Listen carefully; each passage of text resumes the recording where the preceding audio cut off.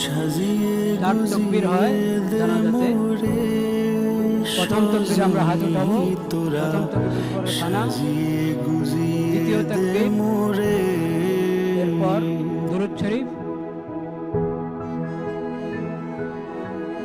তৃতীয় তাকবীরের পর দোয়া, চতুর্থ তাকবীরের পর সালাম। কিছুক্ষণের মধ্যেই নামাজ শুরু হচ্ছে, আমরা প্রস্তুত হয়ে যাই। এত রঙিন এত কাপড় কিছুই ভালো লাগে না মোর, এত রঙিন নামাজের ছবি তোলার কোনো প্রয়োজন নেই, নামাজের আবার ছবি হয় না, এটা তো দোয়া, আল্লাহর দরবারে দোয়া করব।